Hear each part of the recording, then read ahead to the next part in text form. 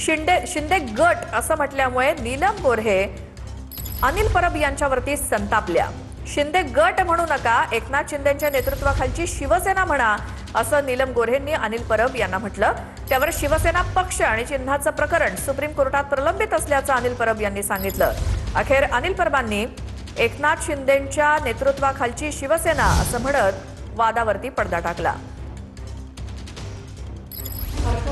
शिंदे गट म्हणणं योग्य नाही, आमचं नाव शिवसेना आहे। ठीक आहे, काळजी घ्या। नेतृत्व एकनाथ शिंदे यांच्या नेतृत्वाखालची शिवसेना असं म्हणा। ठीक आहे, काळजी घ्या। सुप्रीम कोर्टात डिसिजन व्हायचंय आणि सुप्रीम कोर्ट चौथा स्तंभ आहे।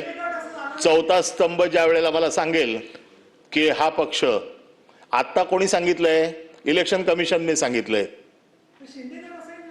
तुम्ही मूळ आपल्या विषयाकडे वळा। तुम्ही उभाटा म्हणता, म्हणजे सभागृहामध्ये, आता सभागृहामध्ये त्या दिवशी म्हटलेलं आहे मी।